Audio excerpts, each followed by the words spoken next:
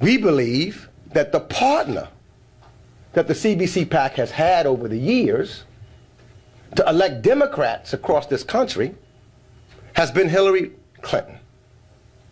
When we needed someone to come to rally Democrats, and especially African Americans, and at the request of the CBC PAC, Hillary Clinton has been there. When our city of New York needed so badly a leader in the United States Senate, once again, it was Hillary Rodham Clinton that won the hearts and the minds of the majority of the people in the Empire State of New York. Every story that stood here today as a member of the CBC PAC has their own activist, revolutionary, civil rights, marching, fighting story. And what we're going to do when we go to South Carolina is we're going to tell our stories, not selfishly, but we're going to tell those stories to young people and say, I am you and you are me. And frankly, we are marching to justice for a president that is going to be unshy of fighting those obstacles that have kept us down. You voted against the Civil Rights Act in 1964. Would you do so today? I would have to vote against it. In 1964, during the presidential election of that year, I was a Goldwater girl. I mean, really, we used to wear, you know, little banners which said Goldwater girl. Extremism in the defense of liberty is no vice. Then they'd have to talk about the Clintons' past. The same Confederate flag Bree Newsom took down from above the South Carolina State House represents the exact same slave-owning and traitorous Confederacy for which Bill Clinton signed a resolution stating that the highest star on the Arkansas flag represented. To this day, they still have an official Confederate Flag Day. And not only did Bill and Hillary never say anything about this, but for 12 years, they celebrated the Confederacy too. I wouldn't want to talk about my past either if I were them. Then they'd have to talk about the Clintons' past. The same Confederate flag Bree Newsom took down from above the South Carolina State House represents the exact same slave-owning and traitorous Confederacy for which Bill Clinton signed a resolution stating that the highest star on the Arkansas flag represented. To this day, they still have an official Confederate Flag Day. And not only did Bill and Hillary never say anything about this, but for 12 years, they celebrated the Confederacy too. I wouldn't want to talk about my past either if I were them. Therefore, I believe in white supremacy. People here, the most powerful people there are. Black pastors, you've been hearing a lot about it. And we had some incredible times over the last few days, and we've had great support. It wasn't covered properly by the press. Never does cover. I mean, they are so dishonest. But you probably read where a large, I don't even know the number, but a large group of black pastors came to see me in New York, in Manhattan. And it was really great. And one of them was Dr. and Pastor Steve Parson.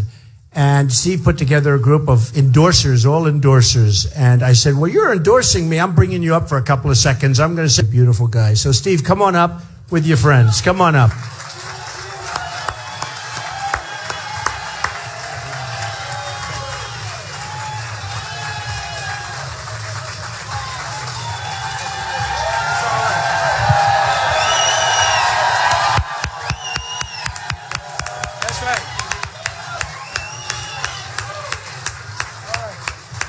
All right, I'm not going to take too long, but I will say this.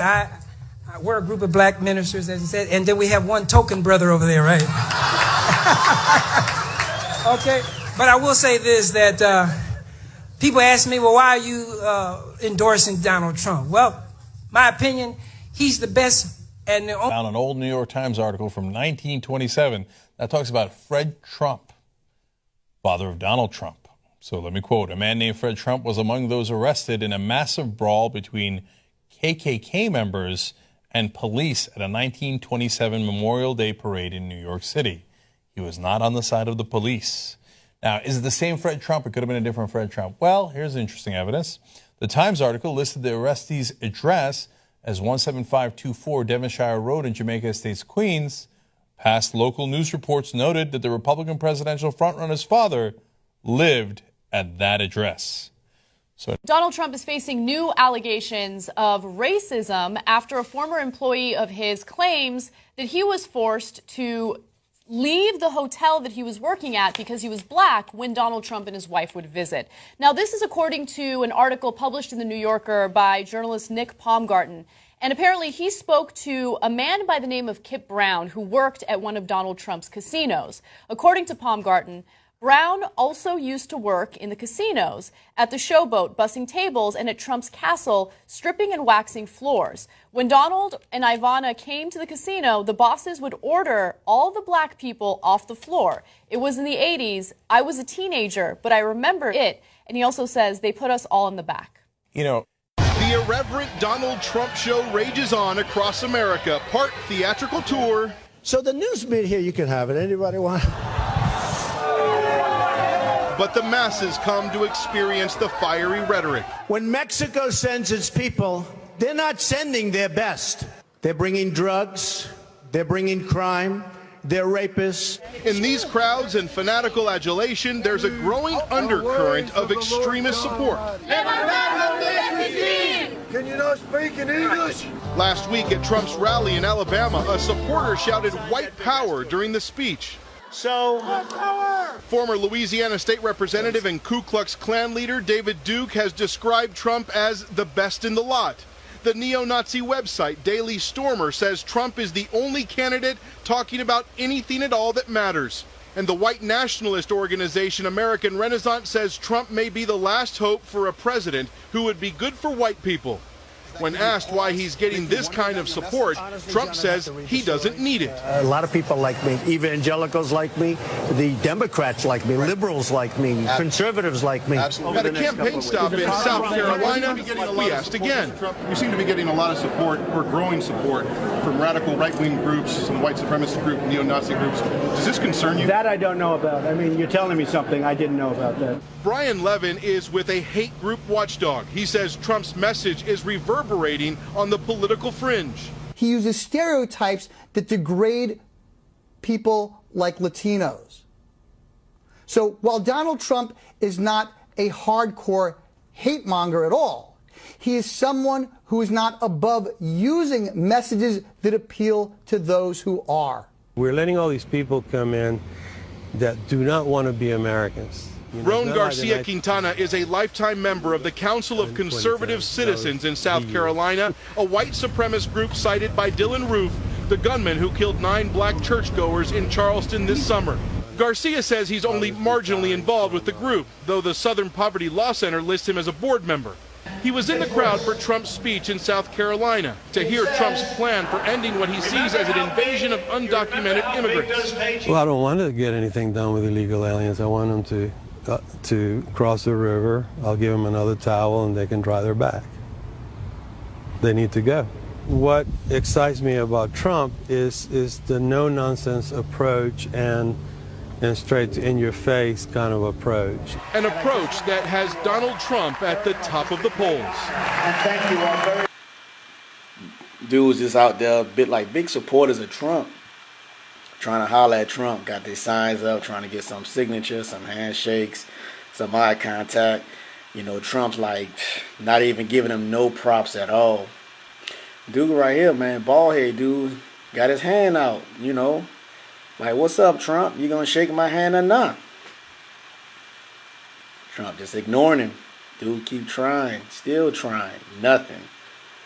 Come on, man, give it up.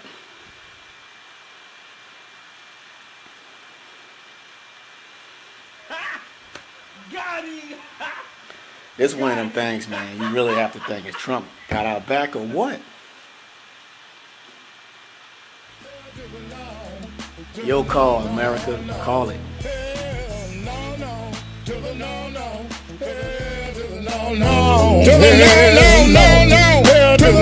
Trump is resonating in Harlem, mainly because I'm leading a campaign to get Harlem to vote for Donald Trump. So that is effective.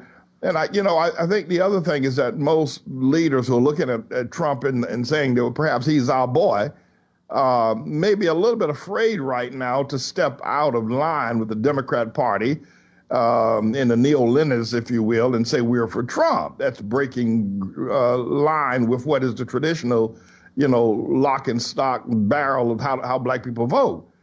But I'm doing so, and as a result of that, people are feeling very comfortable and said, okay, well, there's a preacher in the community who's been around for over 30 years. He's got credit. He's got gravitas. He's got swag. That's what they say about me. I got swag in the community. And so then the people are beginning to feel comfortable and saying, yeah, we'll follow what Manning is saying about Donald Trump. I would kill. So ironically, or miraculously, Trump has become the hero of black people. Yeah, and I think to because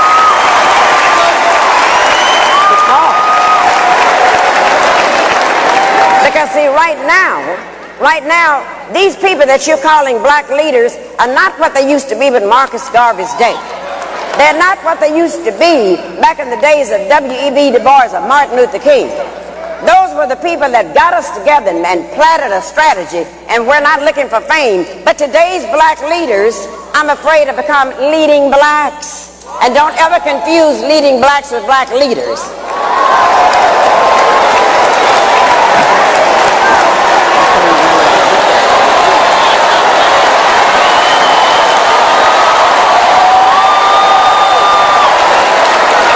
Let me tell you why you don't do that.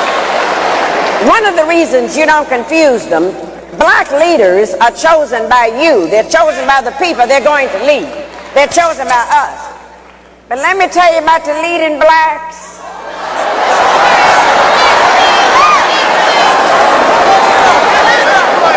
The leading blacks are chosen by the media. Leading blacks are chosen by ABC, all broadcasting Caucasians.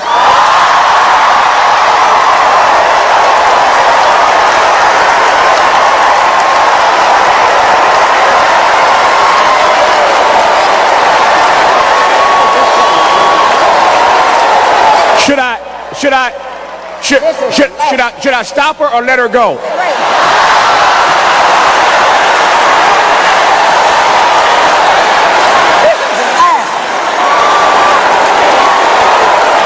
Now this is the last one. Leading blacks are also chosen by NBC. Nothing broadcasting but Caucasians. And the rest are chosen by CBS, the Caucasian broadcasting system.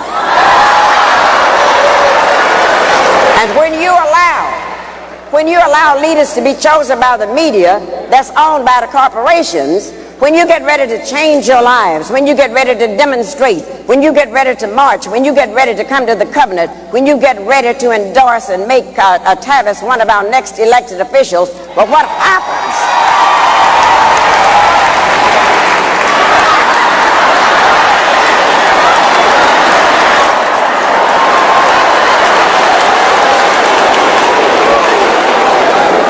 Then you must take the time to carefully watch and see what the leading blacks are doing, because that's when the leading blacks sneak into the door to the corporations, and they will tell the corporations, oh, we know how to go and put them down.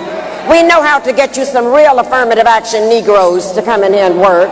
We know how to do that. But at the end of the day, the leading blacks lead the corporations, and the leading blacks have gotten paid while we have gotten played.